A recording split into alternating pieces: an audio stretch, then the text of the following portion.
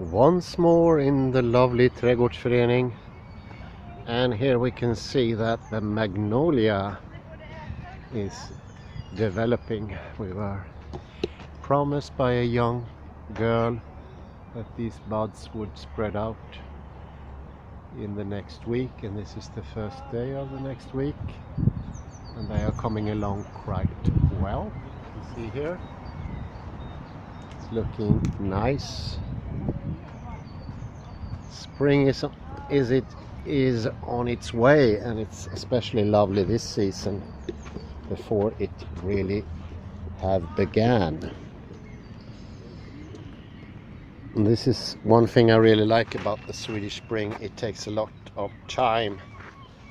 It starts now in March, those lucky seasons, and it doesn't end until late April, early May. Lovely time to be alive and see how things regain their vitality and growth. And growth is what is going to be the lecture of today, H872. I'm sorry I misnumbered the last lecture, and I said it was 872. This is 872. Previous was one number before. Today I would talk about how to deconstruct yourself, how to learn how to do it, to gain a new skill. And I am incredibly delighted that this is working. I've been trying it out in different things that I encounter in the daily life, and things that pop up in my head. And one thing that is on the schedule today is to have a little bit more look into this idea of presence. We have mentioned many times before about the metaphysics of presence. That's a term from Derrida, the French Algerian philosopher, literary critic and thinker. And he sort of discovered or uncovered a specific tendency in Western thinking, and it's this heavy centeredness on the now, on the present, of what is here in this very instant, and how this centering on the instant makes what is around it, the past and the future, to go into the darkness, or at least become obscure, non-reachable, and at a distance. For myself, I would say that I have a rather clear conception of the past being somewhere very, very far away. It is gone, and I don't dwell much into the past. And I would say that is a sort of lockedness into a very limited portion of time, the very present moment of this breath.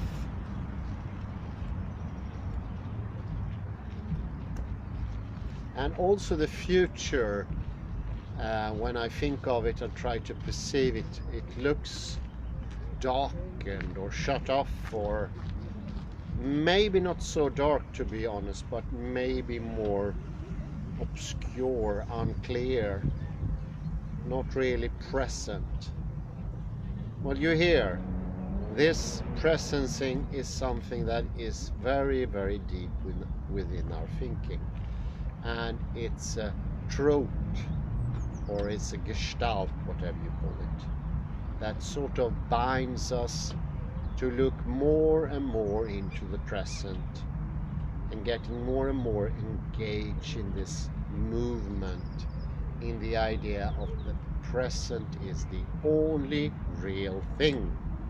the only that can be pure, original, valuable, lively, whereas the oppressed part, the past, is dead, gone, why not useless, and in all circumstances it is definitely the lesser part, the less valuable. It doesn't stop there. It eats even like this, that the now gets its definition from what it is not. It is not gone. It's not static. It's not in the past. It's in this living, pure, shining, which fits the moment, glorious now. And it's this now that creates both the observer and the observed. It is continually happen. It's a continual happening.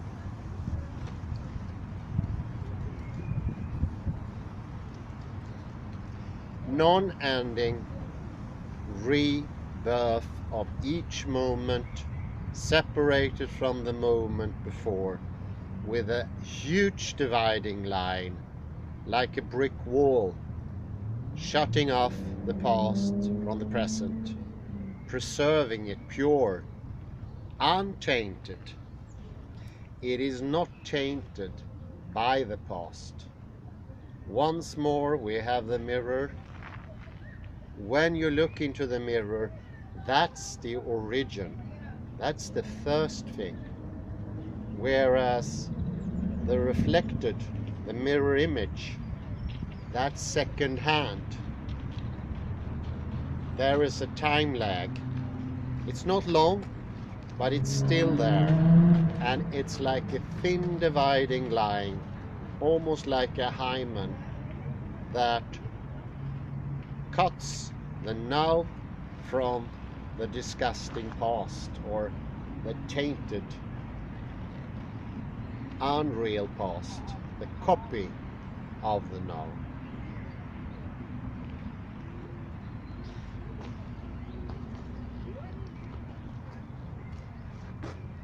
And my only way of understanding the past is by using the eyes of this glorious present,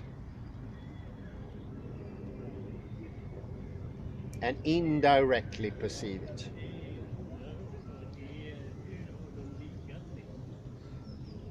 We will have to look through the wall to find what is gone already. We cannot directly go into the past, inhabit it, dwell in it, go to the depth of the past. No, that is not a possibility according to the trope or to the gestalt of the present experience. This is the task of today, looking deeper into this and investigate what is true here, and does it hold up for closer, more careful inspection. And this is what I would call deconstruction. It's a careful looking into what do we find in the text, what do we find in the experience.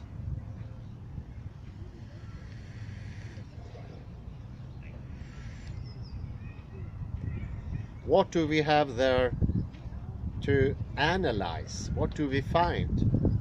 How does the wall between the glorious present and the past, how does it build itself up? What is it constructed of? Is it something material? Is this wall impenetrable?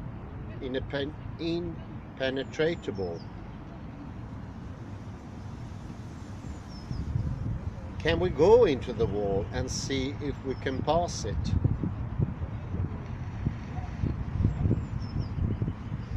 And maybe even, can we let this shining light that we have in this very glorious present where I'm now, where the sun shines on the fantastic now, where my words is getting inseminated by my very presence.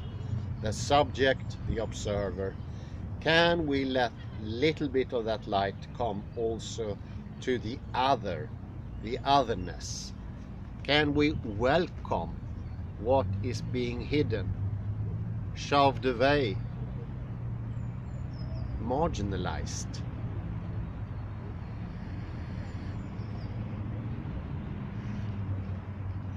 It's a little bit like sending an invitation to what is past, and see if the past is willing to accept it.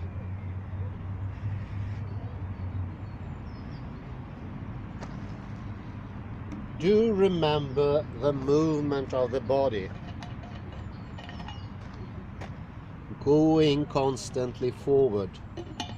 And I would say the body movement is propelled not only by the present, but in the contradiction between the present, past and future.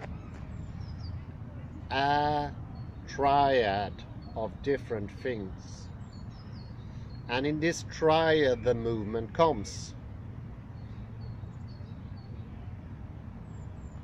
And taking in the past is a little similar to what you can do in space. Taking in what is behind you. I perceive the very heavy traffic on Allégatan behind me, how people have brought the motorbikes from the cellars to give them a first ride of the year, of the season, to enjoy themselves in the sunlight. And above me I do perceive a big sky, rather bleak white with a little taint of blue, not much. This is similar to taking in the past. What happened yesterday? Can you inhabit the yesterday? Can you invite it in for cup of joe? Can it be also sharing some of this wondrous light, this presencing of the fantastic now?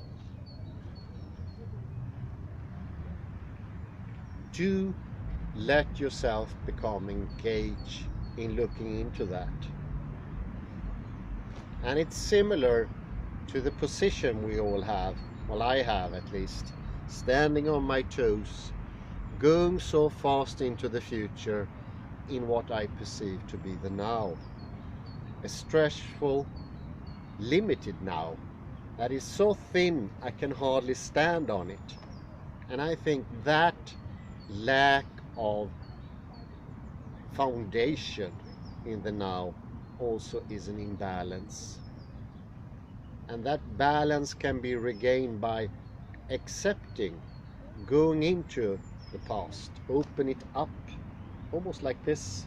Look at the dividing line, see if it could be made transparent and you can look directly into the past without having to do it indirectly as an analysis or something looked upon or something owned, that you own your experience.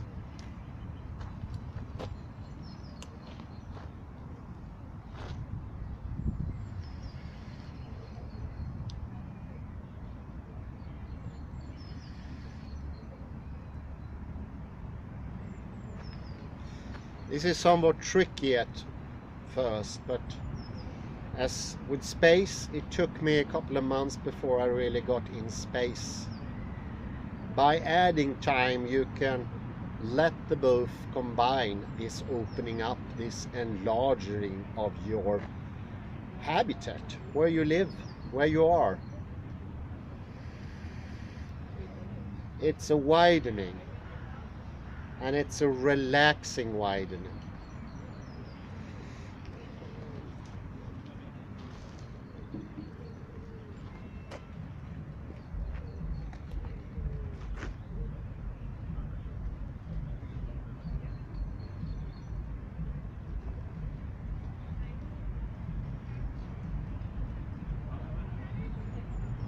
My goal now is to be able, to the fullest, to my capacity, my limited capacity, to do what previously had been completely shut out as a possibility for me. And that is actually doing deconstruction myself and having the freedom of applying it to whatever area of my existence or all what subjects there exist in the world or what circumstances, without having to lean on the already made deconstructions that cannot be lifted out of their context, made by Jacques Derrida and Foucault and others.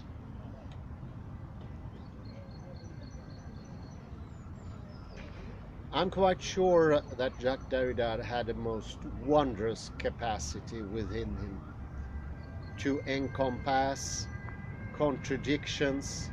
He grew up in a most contradictory environment as a Jew in an Arab-dominated society that was Algeria, under the command of the French government.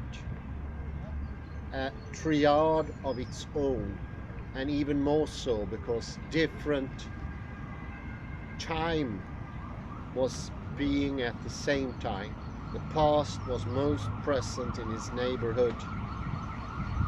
Jews who had been living there for centuries, preserving the old Jewish culture, the Arab culture with a completely different but also old tradition, and the rather newer French presence with its modernity. That helps, I think. It would have helped Jacques Derrida's innate fantastic capacity to encompass and taking in contradictions.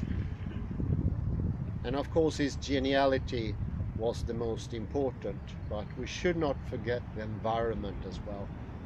And my guess is that it was absolutely necessary for the development that he had, that he grew up where he did grow up. Few places on earth was that contradictory as his home of Algeria at the time.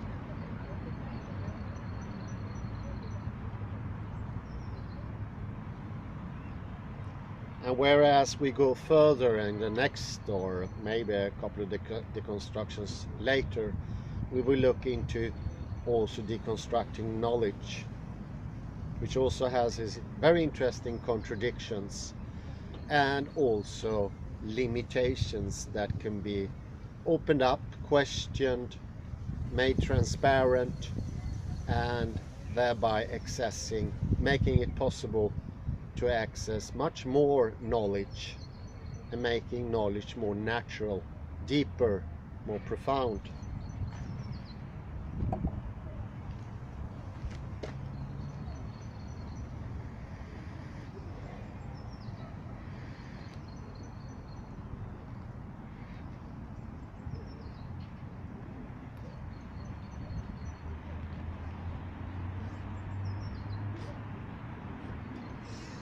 The purpose of the book of Rodolphe Gachet is to sort of show that environment of Jacques Derrida, but it also his inner environment, his understanding, his embodied, gestalt-like understanding of the necessity of oppositions, of taking in oppositions, of past and now and here and there, oppositions that enrich in our lives and makes movement possible.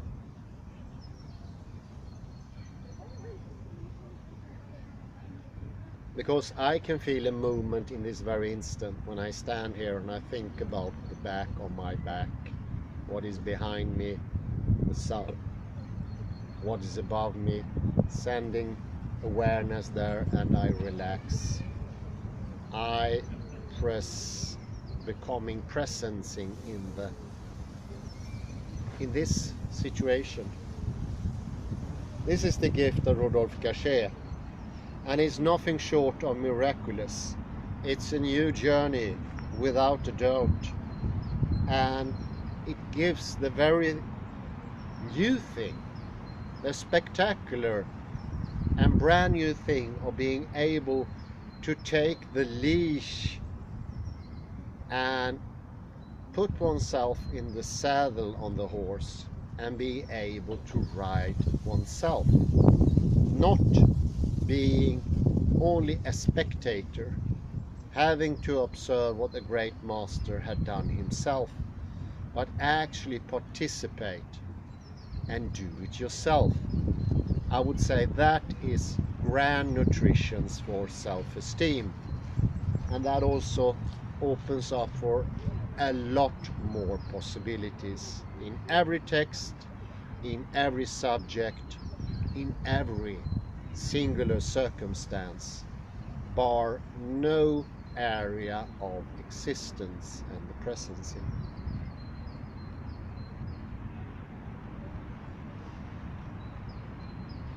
The opening up of time, I would call this paragraph, and it means that the limitations, this grand wall I talk about, this grand wall between the very presencing, the now here, and what has already passed, this shutting off the past and say, that is dead, that is almost like writing, just a copy, something stillborn.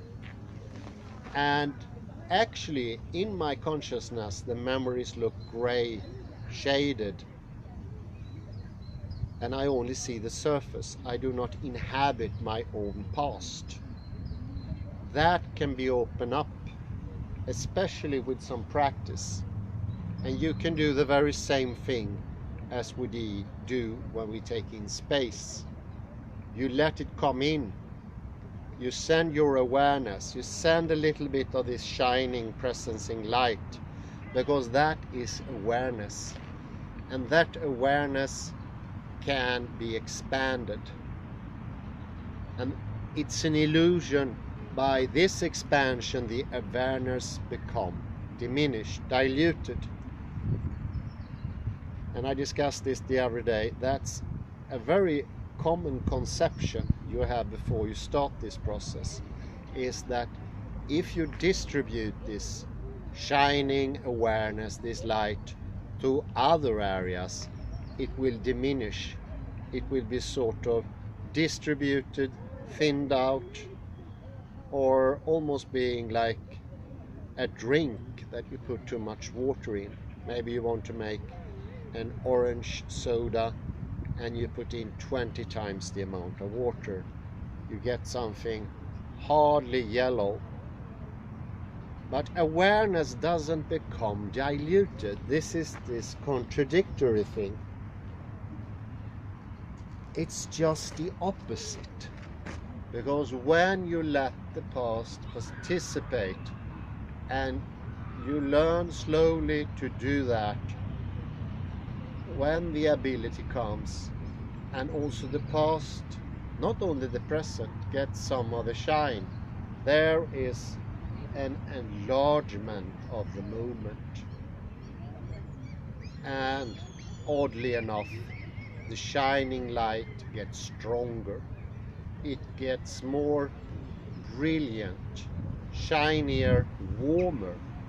And this is a literal warmth you can sense.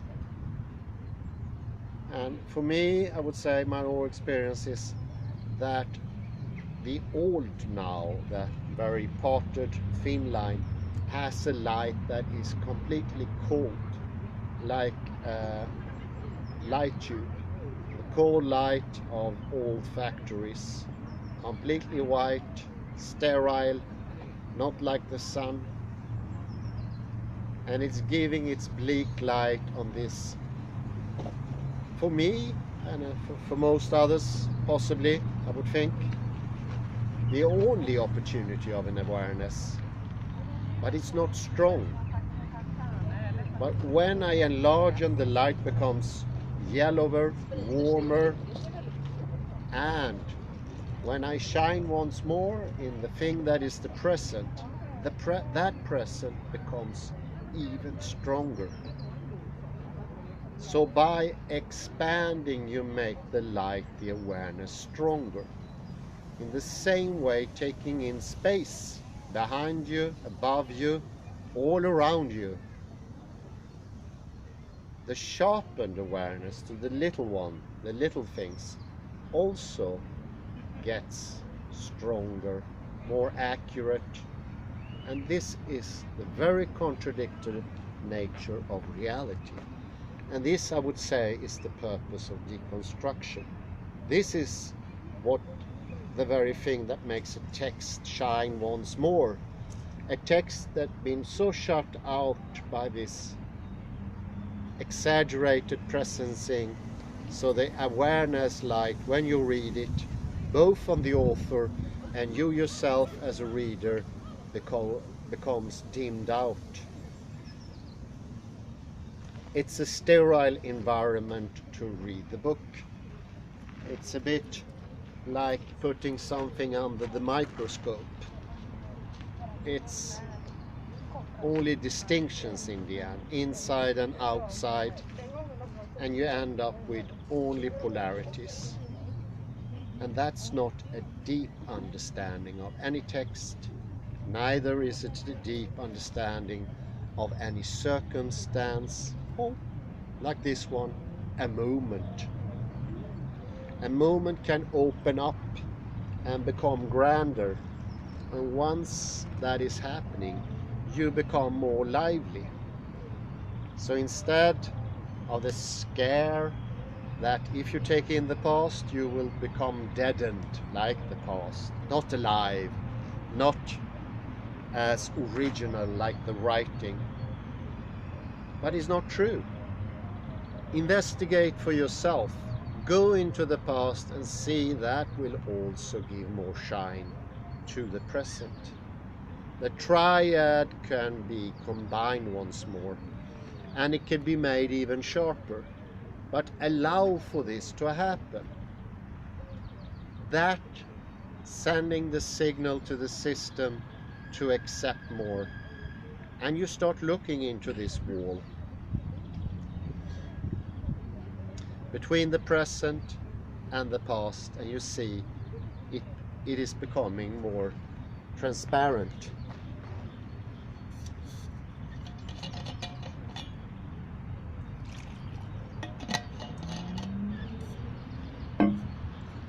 And especially in the beginning, the past will remain other.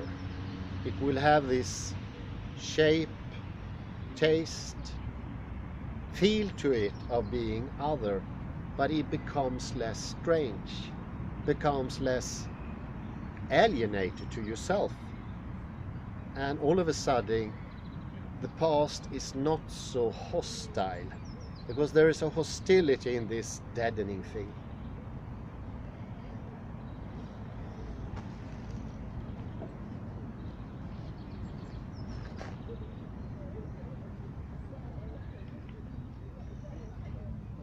And this is also about attention. You think now you put your attention to the now, to the very text I'm reading in this very instance. Look. Well, that's amazing. I fell forward, I put all my balance on my toes. It's also about focus. This microscope focus, I would call it henceforth, this microscope focus, there we have a sort of forehand focus, exaggerated under a very, very white light on top of us, on this bad place that light should not come, especially not at night, above us, making us distracted, making us not presencing the past or the now. That focus can become wider, and the middle of the focus will become yet sharper. So none of the sharpness is lost. So one could say the all Gestalt has a sort of There is no gain there. You can only move the little focus you have, the little awareness that you have, that can only be moved cumbersomely, in a strange manner. It doesn't feel flexible. And you try to preserve that little attention you have by even more shutting out the past, the thing, the time that is not present, whose absence you feel is trying to undermine everything you hold sacred, everything that is live, existing, is staying. And this is also threatening for your very own existence.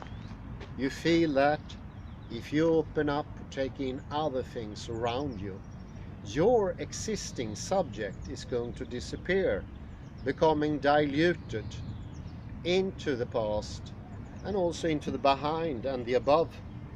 It will be less of you. That is not true. It is just amazingly just the opposite.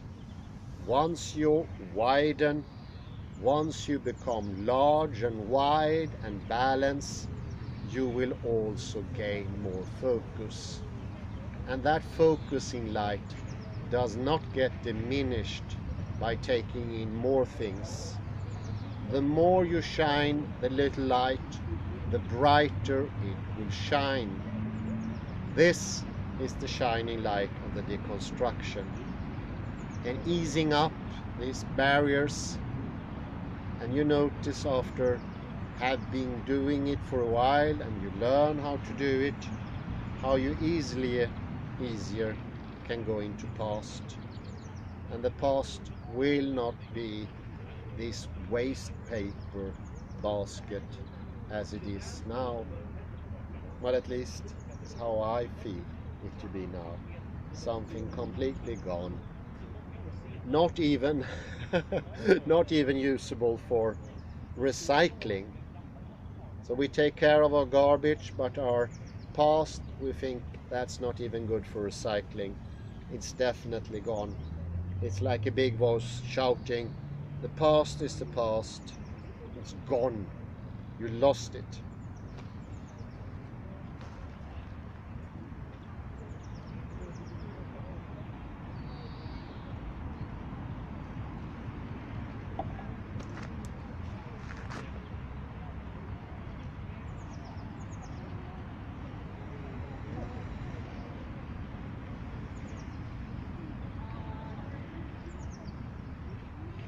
You can also to this add the future.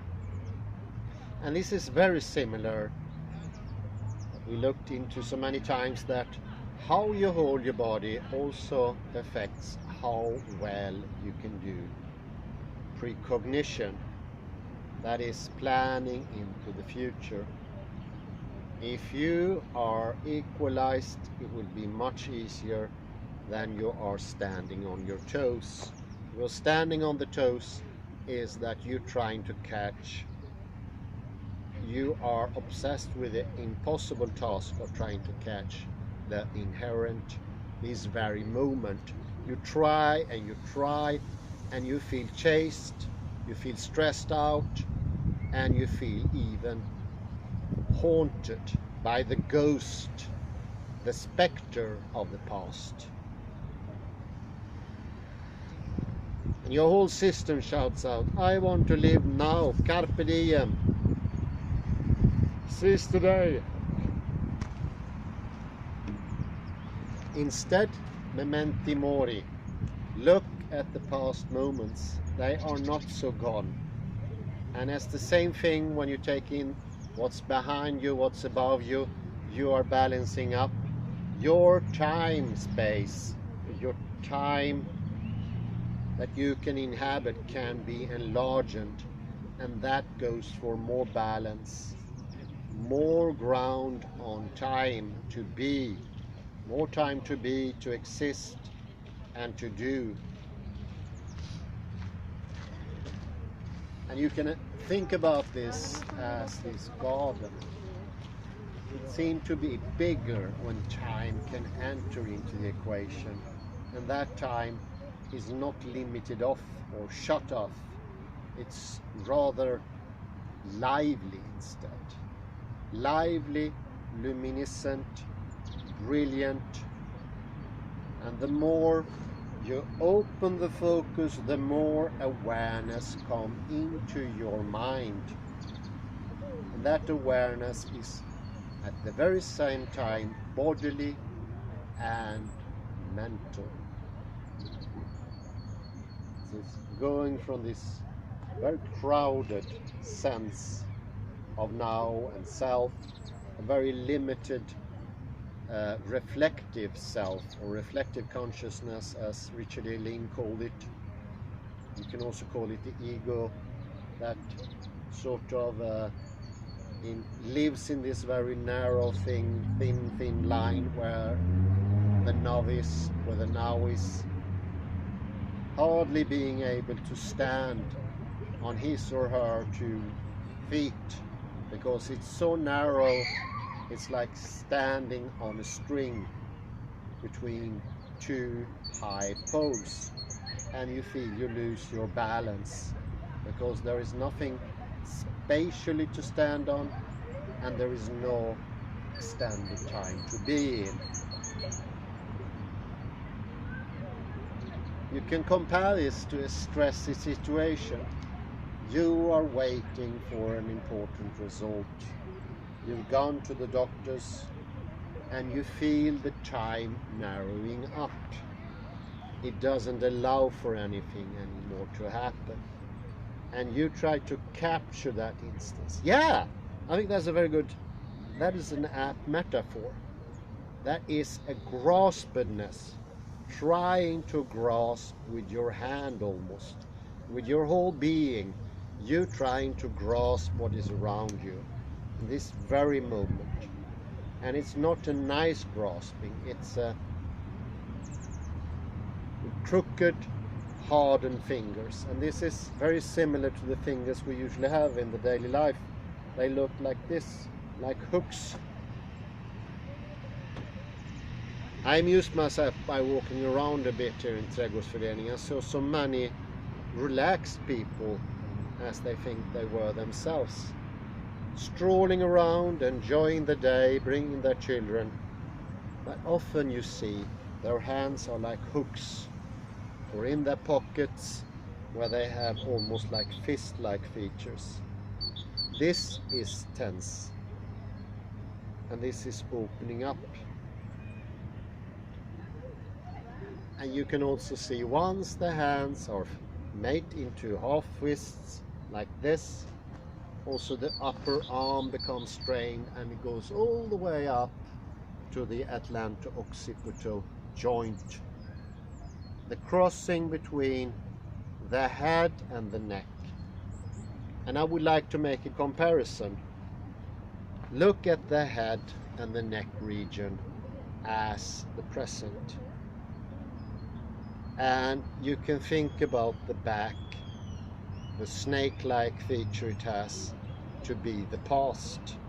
And you want to disconnect to the past, what you deem to be the past, your own bodily experience, what you have perceived before, and you do not want to shed any light on, of probably many reasons. One is, as I mentioned before, you're scared that the light will grow even thinner, but also those are areas that you're so used to being dark, so you start thinking about memories as some sort of darkness, and they don't easily enter into consciousness. They are stored away like a big archive situated underneath the university library, somewhere level 7. I think that's the lowest level there is there. No, level 1, of course it is. There are actually 7 floors down into the granite of that mountain. It's supposed to be nuclear bomb proof, or at least how the nuclear bombs used to be many years ago. The idea to store the things for people afterwards. This is how memories are for our ordinary people in this time and day. They are very, very, very obscured, non-transparent, you cannot go into them, and they seem also very distant. But by distancing yourself from your own past, from your own temporal reality, you actually do the exact opposite. You get less awareness, more tension, and you get less able to separate dorsal and ventral and being relaxed in the moment.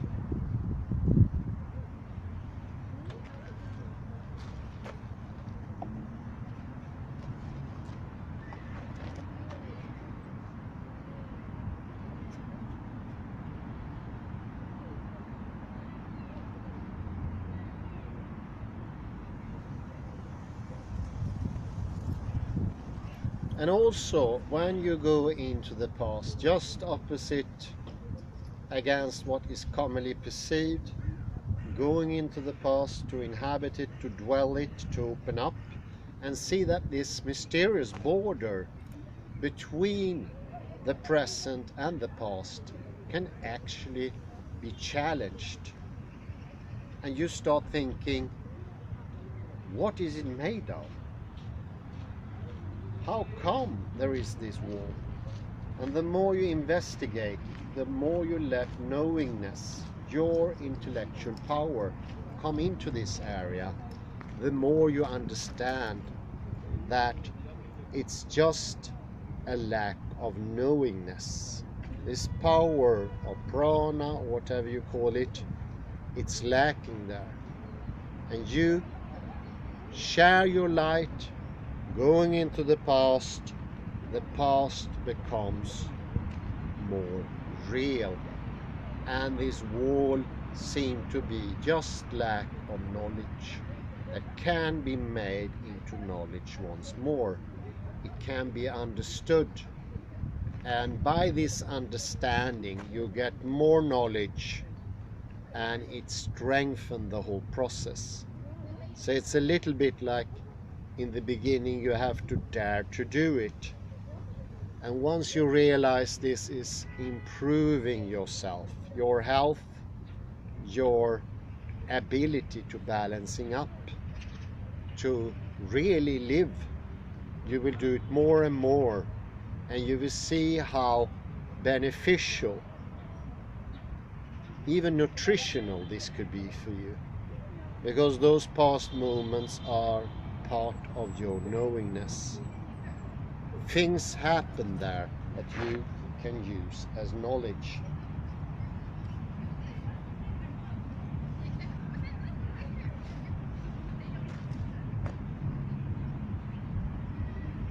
And this, of course, is also the wall, and this is the third take on it. Wall you get when you look into the mirage, into the mirror, and you get this reflected image. And you perceive this reflected image to be of a lesser quality. The reason for that is being it is half a second later. It is not in the full glorious presence of this divine now, the reified now. But once you're using the mirror image, it's so much easier to understand that this division doesn't have to be there. And even so, that the division is not simply not there. Think about it rationally. Isn't it so that also the mirror reflection is part of your experience? It's not outside of experience.